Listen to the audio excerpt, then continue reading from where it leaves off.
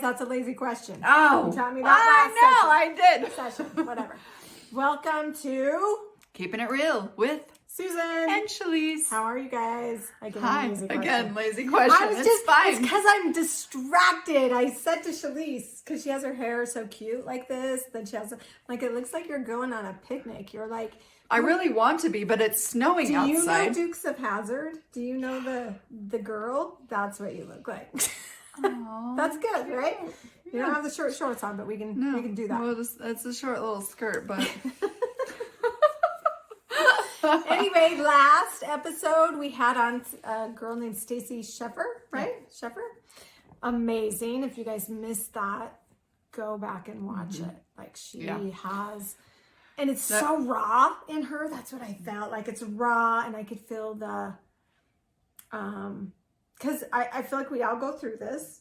We defend ourselves. Yes. We defend the stuff that we did, which is absolutely necessary and part of our journey, healing journey. Sorry. Yeah. And but you know what? Even with mine, it was there too. Like I had to totally defend myself, and not only day that it did happen. You do, because people judge you. They think they know. They think they know what you do, and they don't. They have no freaking clue. And so that's part of it always, especially with a big thing like that. Yeah.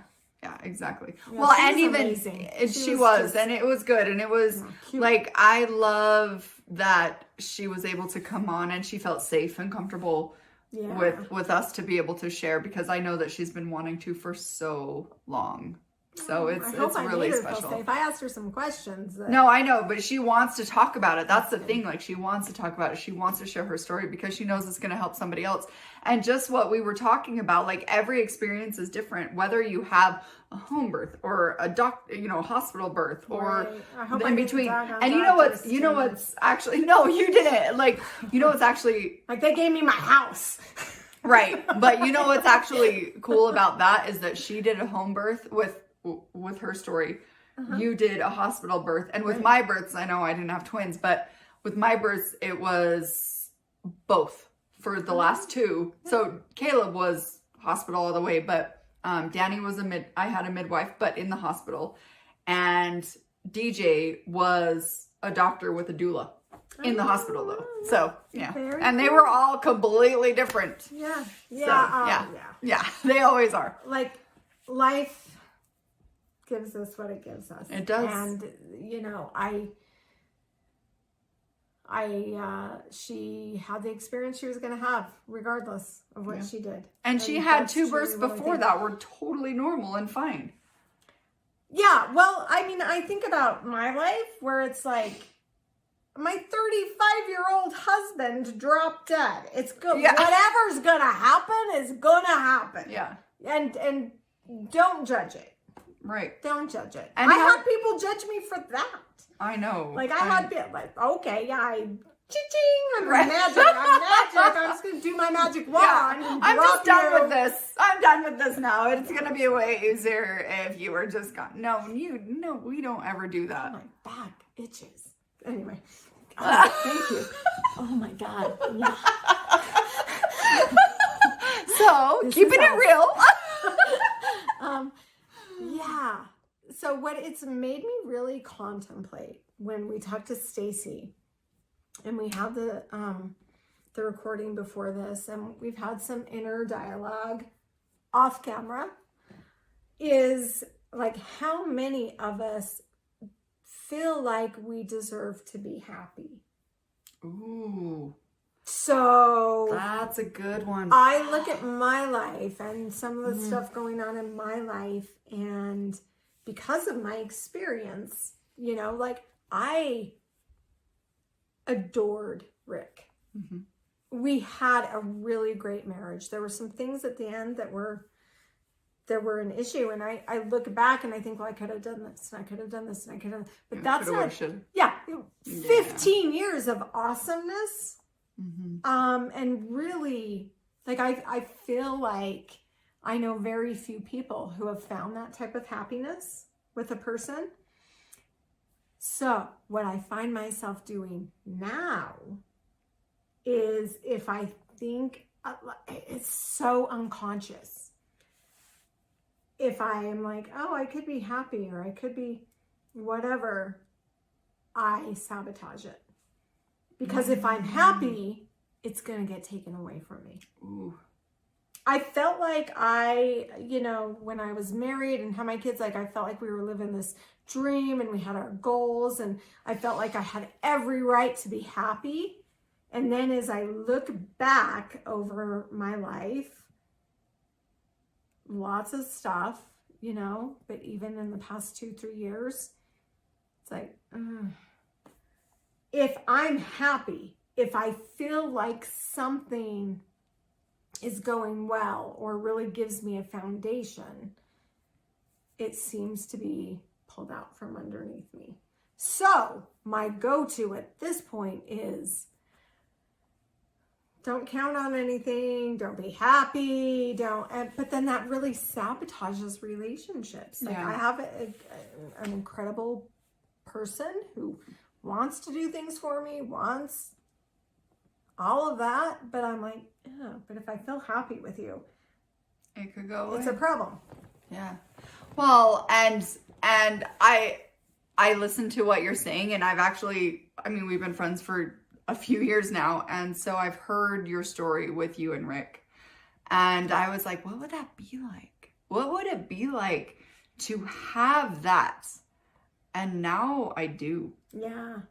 And I know so few people. It is. It really is a blessing. But I think it comes down to I refused to settle. And even when I was in those relationships, and you've been through a few relationships with me now, but it's like going through those motions of like, well, maybe if I do this, and maybe if I do that, and maybe if I, and if I do this, and I do that, and I do that, and they're sitting over here going like, okay, you go ahead and do what you're gonna do, and I'll be over here doing just me. And are they though? I don't know. Because we're not in them, right? So that's what I've learned with this relationship that I'm in is like, I'm not really aware of what they're doing. So I'm feeling like, okay, I'm doing this. But I just feel like in the past couple of months, I've been, I have unattached to their stuff. Which in all, like, I feel like that's a healthy thing. Like, you can experience how you experience it. You can do how you do it. I need to do me. Right. Well, and that's what got me to this level, though. Two episodes ago about how we feel like we have to nurture. We feel like we have to take care of. We feel like, and I have felt that in my life. Yeah. Well, obviously you have. You had to raise 4 boys on your own. Like, you were the queen bee, period. Yeah. Like, but that's what you were. Like, I mean, it was like you were the role of mother, and you were the role of provider. You were the role of support. You were everything. You had to be everything to continue moving on. You didn't have a choice. You know what I did, and I don't know if we've talked about this on here, was I was like this soft place that they felt, and I would like write them notes every day and put them on their pillows. And I had like, the gratitude book that we talked about a couple episodes ago. I had one for every child. And then Rick died. And I took on masculine and feminine, but more masculine. Oh. Like now I have to testosterone come down me because I have 4 boys. I don't have any girls. So it's like, now I have to teach you how to be a fucking man.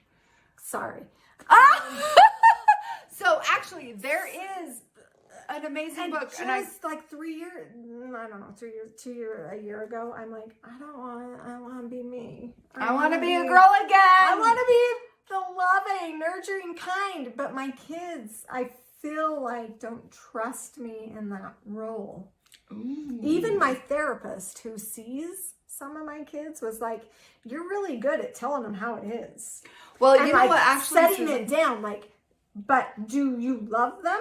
Do you show them love? And I'm like, I'm trying. You do, just so you know. You do. I've seen you. But you know what is interesting about this whole thing is that when women are put in the roles that they're put in, which I've been put in that as well. So I have very masculine energy about me as well, which is the control aspect. Well, you were born, and I was born with masculine energy, right? Right. And that is definitely who we are, and a lot of us have that, where we're like, we're just going to get it done. We're going to do it. And we don't need to have anybody else to support us because I grew up in a world where it was like, no, that's not how it is. Like, I watched my mom like fix our vacuum cleaner because it wasn't working. My mom did that. Like, she's like, well, we can't afford to buy a new vacuum cleaner, so I'm going to fix it. Give me some duct tape. I'm going to be Ms. MacGyver. Like, that's... Right, everything. Give me some tweezers and some duct tape. I'll get it done. But I grew up with that, and knowing that as a woman, it's your job to fix it. Ooh, this is... I hope my mom's not watching this. My mom is watching this, so that's a shout out to you, Mom. Like,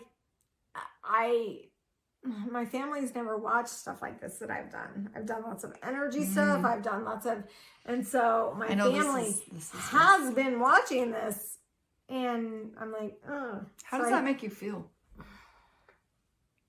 I'm very private. I'm a very private person. So if you and I are just talking about things like this in our conversations with people that I don't know, for some reason, that's okay. Well, it did take you 3 years to get here. Yes, it did. Was it 3 or 5? Like, I don't even know. But when I'm like 4.5, we'll go in the middle. When I have a fabulous brother, I love him. He's so awesome. When he called me a few weeks ago and said to me, like, you made this statement on Keepin' It Real. Was that about me? And I said, are you watching that? What did I say? I was like, no, I knew exactly what he was talking about. And then the answer was no. But, like, I've had a few of my siblings and a few, like, saying they're watching this. And so that has been, yeah. So, my mother, I love you. She was not a person who would do that. From my perspective. So she was more feminine. Maybe. The more the feminine energy, the softer. No? I wouldn't even call her that. Sorry. Yeah, I'm going to pass. Well, you know what I saw? She was home. She would she took such good care of us as far as taking care of our needs and providing for what you get so many freaking... We're recording on Chalese's phone. She gets so many notifications. I have a birthday party for my son that's coming up, and that's the family chat that's coming through. Gotcha. Anyway. So, you're saying your mom took care of stuff. No, she did. But you know what's interesting? So even though she did that stuff, I always felt like I was the mom. Sorry, Mom, this is going to be a trigger for you. My mom doesn't watch it. But the thing is, yes. Well, my mom is a good mom. We're all good moms. We're all good moms. It's just different. No idea. And like, my kids are probably going to be messed up when they get older as well. We can only hope that what we're doing now is what we're doing now is the best we can. But my kids say stuff to me, and this is my answer. My job is to screw you up. So you have to figure it out as an adult. Yes. And I'm doing a fine job. And on that note, we're going to take a break and be back. with more ways to screw up your kids. Yes.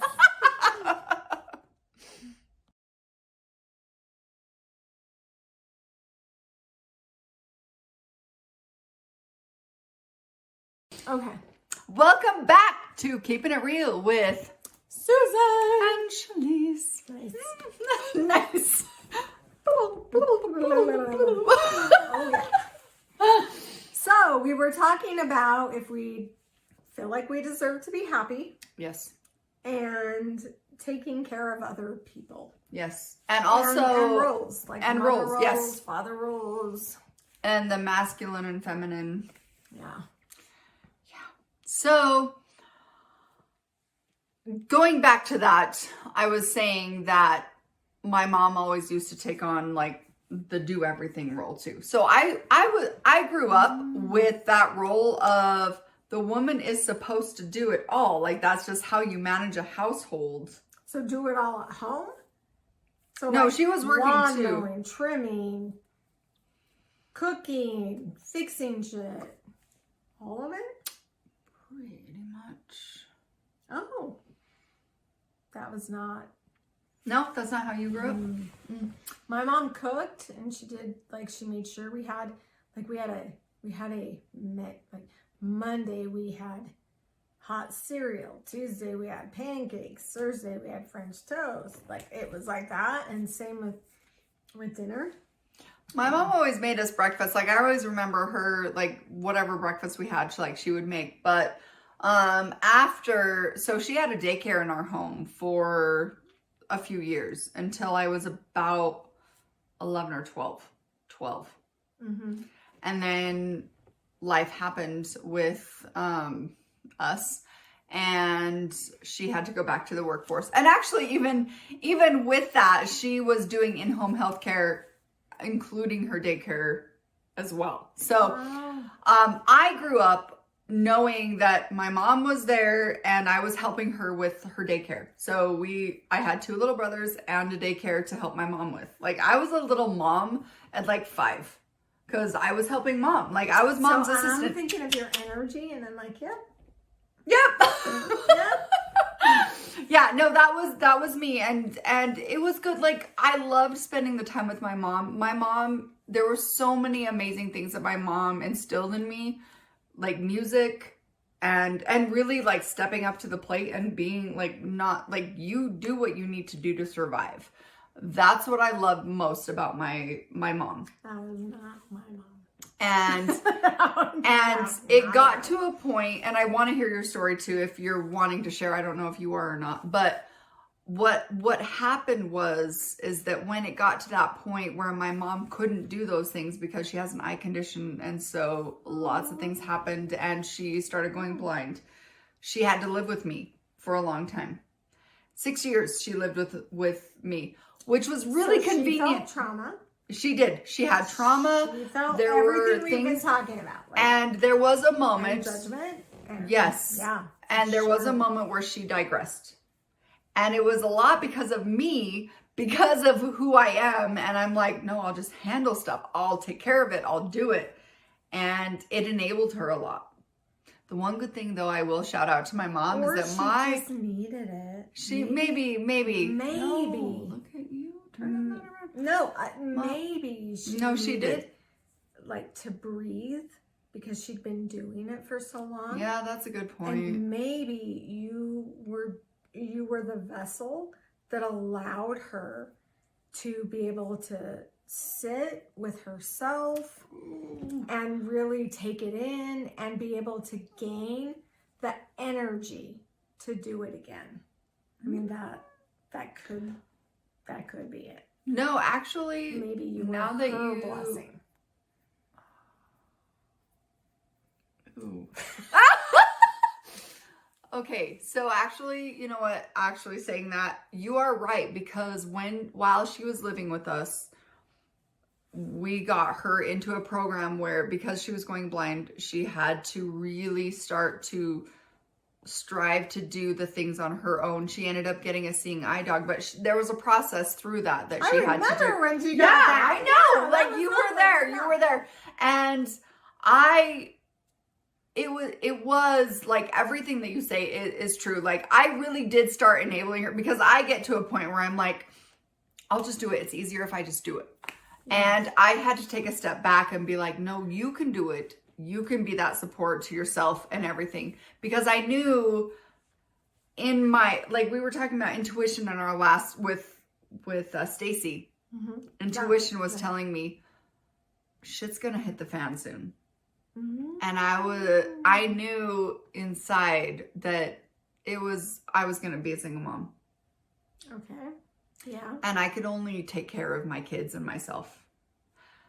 And I had to get my mom to a point where she could take care of herself again. Mm-hmm. And she got to that point. And she got her dog and she ended up being able to get her own place. And now she lives in her own place.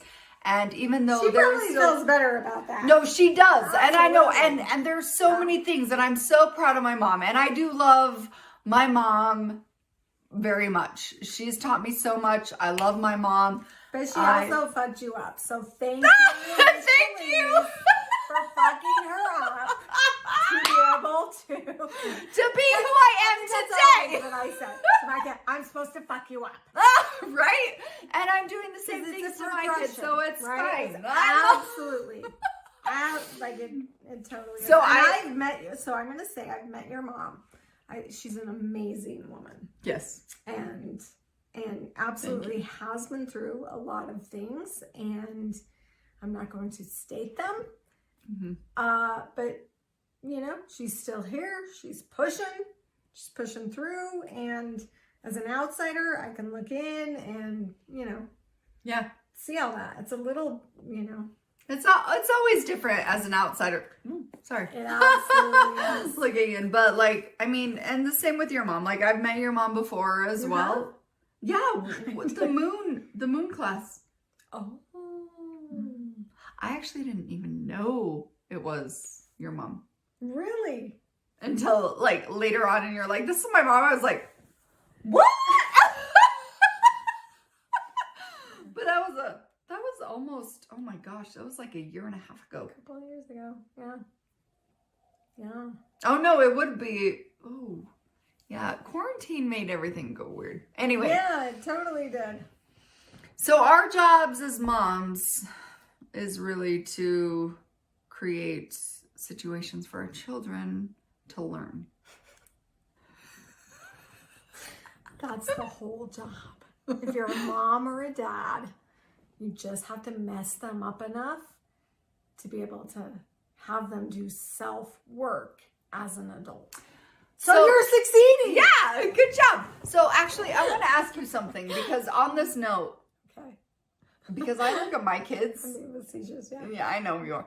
But I look at my kids and I'm like, oh my gosh. Like, I know they're still young, but their life compared to my life at their age, so easy. So easy. Oh yeah, mine are opposite.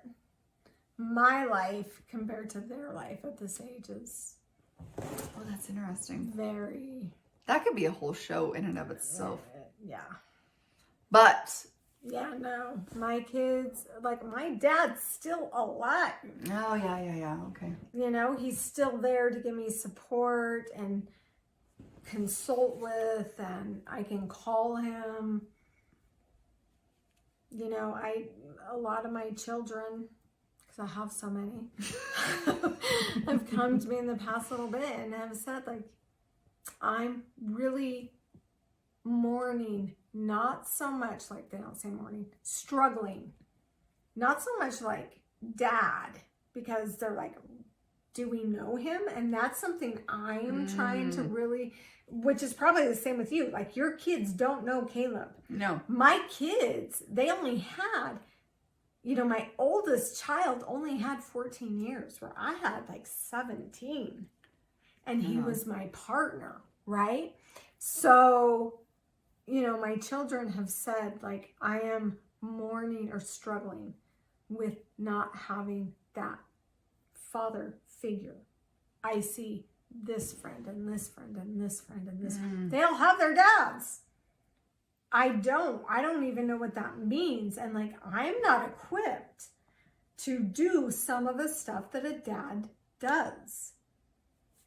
So it's been really interesting. Just that is interesting. Because we're 10 years out, right? So for them, like for the first 5 years-ish, they wouldn't talk to me about it because I would cry. And they wanted to protect me, right? Ooh. So here we are, and they're able to say some of the stuff. Ooh, that's interesting because I became more of a protector in my family than I was a child. Wow, yeah. So that is interesting. And do you know what would be really cool is if we, so in that opposite thing, Danny would be a really cool subject to talk to about how she feels about having a mom that is dealing with a child who's passed away, because a lot of times I feel as a mom like I'm spending so much time grieving or focusing or processing the death of Caleb. Right. That sometimes I do honestly feel like I'm not present. Doing that's it, the word. Yes. Huge. Like and you whatever probably traumas. you probably feel that with your spouse. Like I can imagine that with Brent. If we were together 17 years, when we were together 17 years and losing him, the trauma that would cause in me. 4 kids later. Yeah. Yeah, I did. So it's crazy. No one can get it. No one gets it because no one is in the same club, even though so many people are in a similar club. But the grief, the trauma, even with my mom, as we're talking about it, like my mom didn't lose her spouse, but she lost her spouse. Oh, yep. I didn't lose my parents, but I lost my parents. Yep. And my kids probably feel that. Like, if you think about it, so I have my trauma. I have mine because I lost the love of my life. And at 35, like, holy shit, like, how many, like, we live forever, is my thinking. Most people are like, we don't live forever. So they lost their mom and dad because their dad was gone. But the mom they knew, also gone. Yep.